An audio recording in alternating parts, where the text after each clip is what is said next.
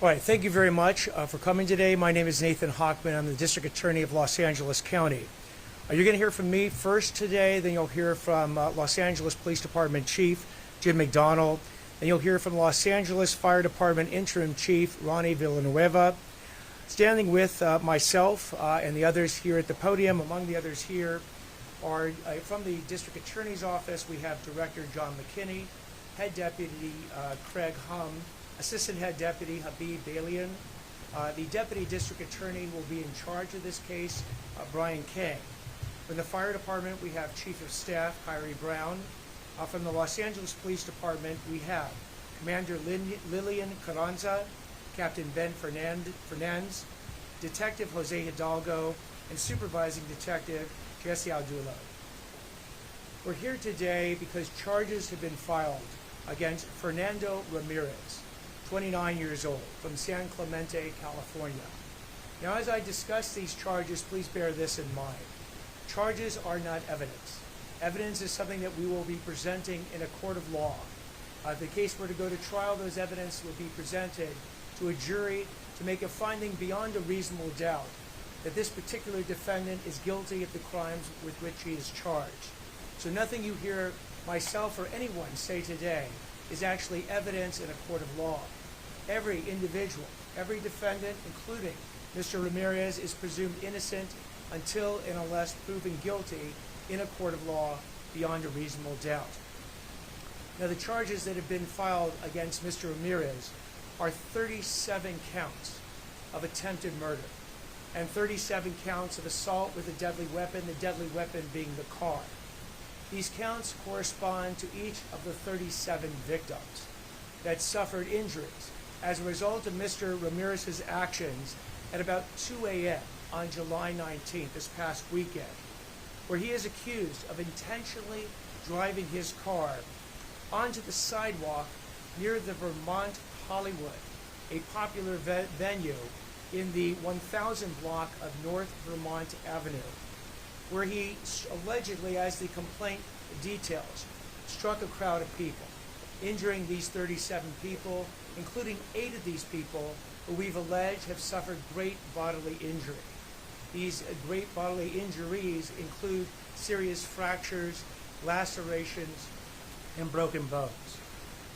Currently, Mr. Ramirez is being held without bail. He is scheduled to be arraigned tomorrow in Department 30 across the street at the Claret Shortridge Falls Criminal Justice Center. With respect to these particular crimes, these crimes hold the maximum sentence of life. So he is being accused, and if convicted of each of these crimes, he'd be sentenced on multiple sentences of life imprisonment. Now, we understand that this brazen act has shaken the community. And but for the good grace of God, this could have been a mass casualty incident. Mr. Ramirez has alleged, and we will prove in a court of law, when he drove that car onto that sidewalk, he aimed it at a whole sea of pedestrians that were in front of him on the sidewalk at 2 a.m. Many of them were at the taco truck, or they were waiting at valet, or they were waiting to get into the club. You know, the evidence will come out in a court of law as to what Mr. Ramirez was thinking, his motivation for doing this. The evidence also will come out in a court of law as to the altercations that preceded Mr. Ramirez driving his car that injured these 37 individuals. You know, the fact that we only have individuals that suffer great bodily injury and nothing more, besides being a really miracle, was in large part to the heroic and incredibly speedy actions of over 100 first responders that responded at 2 a.m. in the morning to this scene. They come from the fire department, and thank you, Interim Chief Villanueva, and every member of your fire department's emergency services that responded and tended to these victims so quickly. They came from the police department as well. And again, Chief McDonald, thank you for everyone in your police department that responded that actually made this incident, which could have been catastrophic, an incident that's certainly tragic, but didn't result in any loss of life. Even thank you to the bystanders that assisted the fire department and the police department in helping these victims out, at least one of which was actually trapped under the car. So we will be dealing with this situation as we should.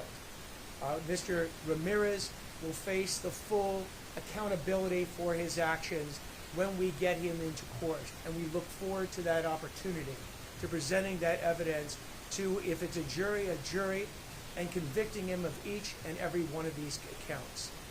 Our thoughts go out to not only the victims, but to their families and friends as well, because this tragic event in their lives will reverberate forever in their lives. It reverberates in our community. But we are here to tell you that Mr. Ramirez will face justice, that the police and fire, when called upon, have reacted and will continue to act swiftly in all of these type of cases. And that when we get to the point at which Mr. Ramirez faces a judge, as we anticipate, after being convicted of each and every one of these counts, at that point, we will tell the judge to put him away for the rest of his life. I'd now like to turn over to Chief McDonald. Thank you very much, D.A. Hochman. Good afternoon, everyone, and I want to begin by recognizing the exceptional professionalism and courage demonstrated by our Rampart area patrol officers, detectives, and air support personnel who responded to what quickly became an unpredictable mass casualty incident involving dozens of innocent victims. I also want to extend our deep appreciation to the Los Angeles Fire Department, who arrived on scene and worked quickly to triage, treat, and transport victims under very chaotic and emotionally charged conditions. Their skill and coordination certainly saved lives. And finally, I want to acknowledge the Los Angeles County District Attorney's Office. From the outset, our agencies have worked closely to ensure this case is pursued with urgency and seriousness. Today's criminal filings reflects that partnership. This was an unprovoked act of violence that injured 36 people, some critically, and turned a popular nightlife district into a scene of trauma and fear. It is truly a miracle that nobody was killed that night. The suspect, now identified as 29-year-old Fernando Ramirez, has an extensive history of violence and remains in custody, facing serious charges. As Ramirez's vehicle came to a stop, he was pulled from the car and shot in the back by an unknown individual. We understand the emotions involved, but when the threat had ended and the suspect was no longer actively harming others, the use of deadly force was both unlawful and dangerous to everybody present. Our detectives are working diligently to identify and apprehend the shooter, who still remains at large. We urge the public to view the suspect's photo on lapdonline.org, and please contact us with any information you may have. The individual we're searching for should be considered armed and dangerous. If you recognize him or know his whereabouts, do not approach him. Call 911 or Crime Stoppers at 800-222-PIPS. We're asking the public to help bring this person to justice before another act of violence occurs. I want to commend the management and staff at the Vermont Hollywood nightclub. They cooperated fully with our investigators, provided key information quickly, and worked with our senior lead officers to ensure community safety in the aftermath. This incident is a powerful reminder that public safety is a shared responsibility between law enforcement, business, and community members.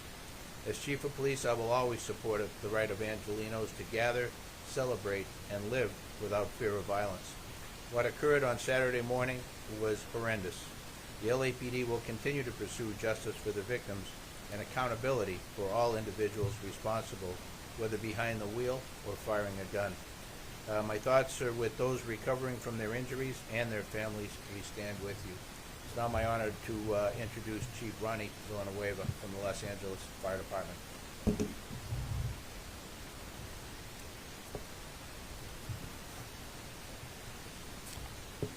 Good afternoon. First and foremost, our hearts go out to everyone impacted by this tragic and senseless incident that occurred early morning hours of July 19th. The Los Angeles Fire Department responded rapidly to what was an incredibly chaotic and distressing scene.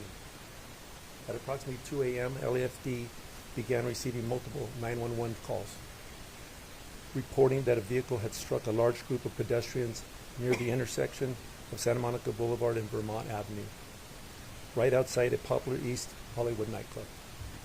The scene was extremely active, with dozens of people on the sidewalk, many visibly injured and in need of immediate help. We deployed a significant and immediate response.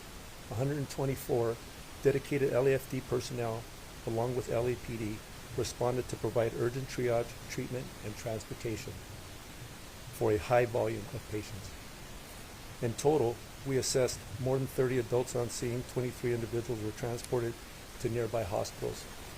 7 others declined transport after evaluation. Our firefighters worked in close coordination with the Los Angeles Police Department, who helped secure the scene and assisted in initial patient care and public safety. That partnership was essential in ensuring a rapid and effective emergency response. One of those transported was the driver of the vehicle who sustained serious injuries. We are deferring all investigative and legal details to our partners at the LAPD and District Attorney's Office, who are handling the criminal aspects of this case. I want to take a moment to publicly commend our firefighters, paramedics for their swift, skillful, and compassionate response during this such a chaotic scene. We are grateful for the unwavering collaboration with our law enforcement partners and the leadership of the District Attorney's Office. The LAFD remains committed to standing with the victims, their families, and the entire East Hollywood community as we begin the long process of healing. Thank you. So now we'll take questions. Yes.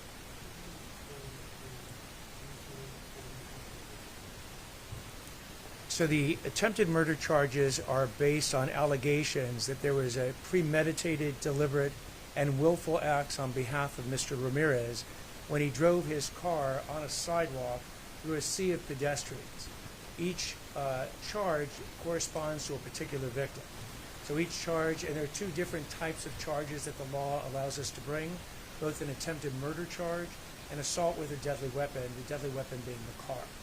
So 37 counts of attempted murder, 37 counts of assault with a deadly weapon, one count each corresponding for each victim.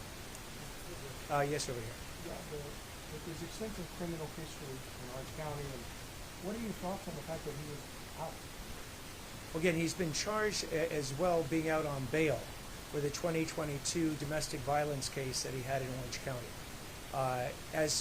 With respect to the details on how he is actually out on bail and ended up in Los Angeles, that evidence will actually be adduced at trial.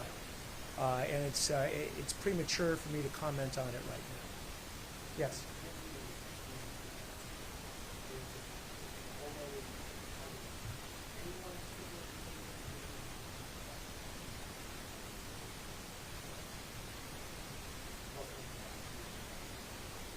That's an ongoing investigation. It'll also look at the incidents that preceded him driving the car.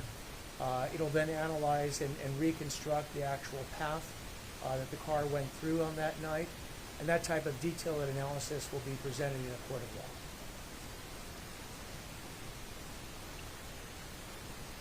Correct. Yes.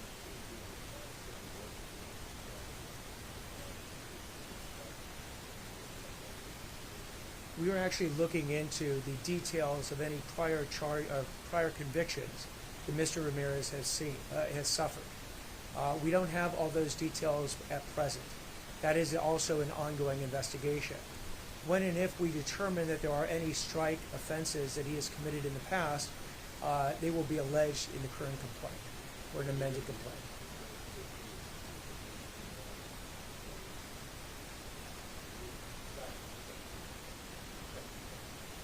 Again, what the final recommendation will be, whether it's life or multiple lives, certainly depends on what the final charges that are before a judge that he is convicted of look like.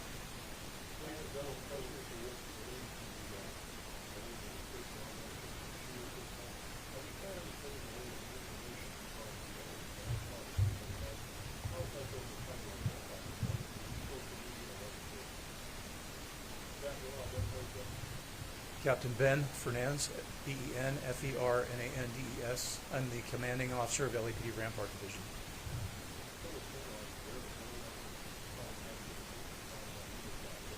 So we have released a photo in our social media and through the media for our outstanding shooting suspect. At this time, we haven't received many clues on him or his whereabouts, so we're asking the public's help for that because, as stated before, he shot someone and he could be very well entitled and could shoot someone again. So we're asking for the public's help to find him.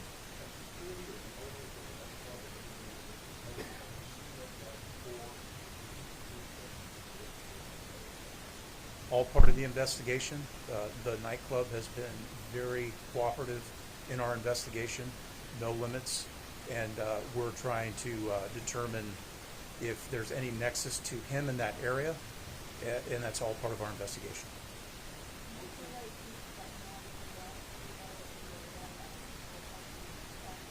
Yes.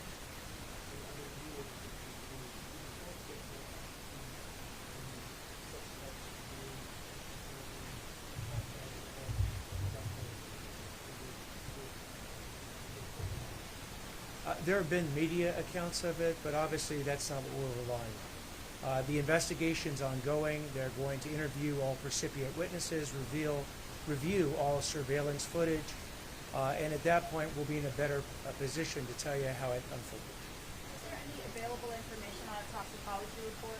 Hold on, I'll take a question over here and then over here. Thank you, District Attorney Hochman. Is there any available information on a toxicology report? Were there drugs or alcohol involved? We don't have that information at present.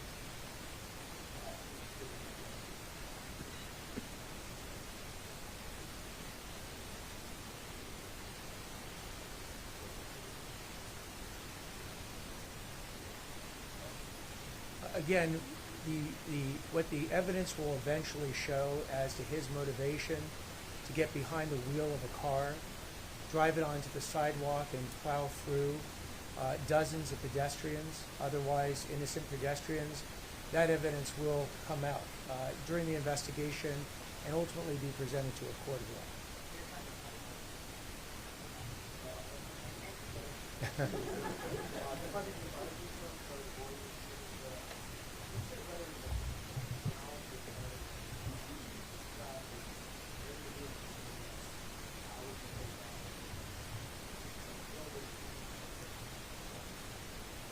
I am actually unaware of that.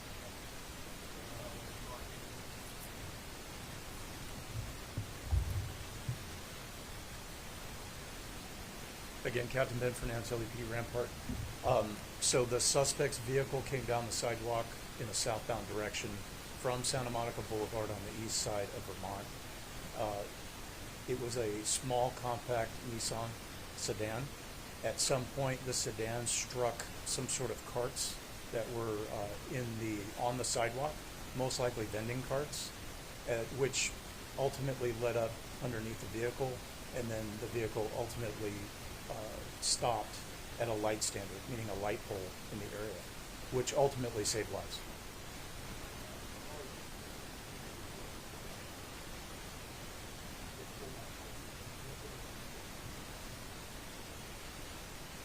I would say the crowd, everyone in the crowd was a victim, most likely, and that crowd turned on him and pulled him out.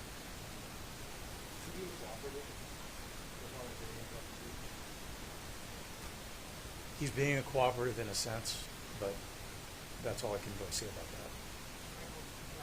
Mr. Hochman, one more question to what this relates to charges and the condition of defendant after the know you already said that the prosecuting alcohol. But if he was even drunk or impaired on drugs or something else, could that affect how the prosecution could forward or how the charges might be answered and was still matter? Because if he wasn't using drugs or alcohol, maybe he was passed out rather than conscious of We don't know, and that's part of what we're looking to find out. That's again, having the incident through the evidence detailed moment by moment by moment, from the time he most likely entered that club to the time he got behind the wheel to the time he goes and commits these criminal acts.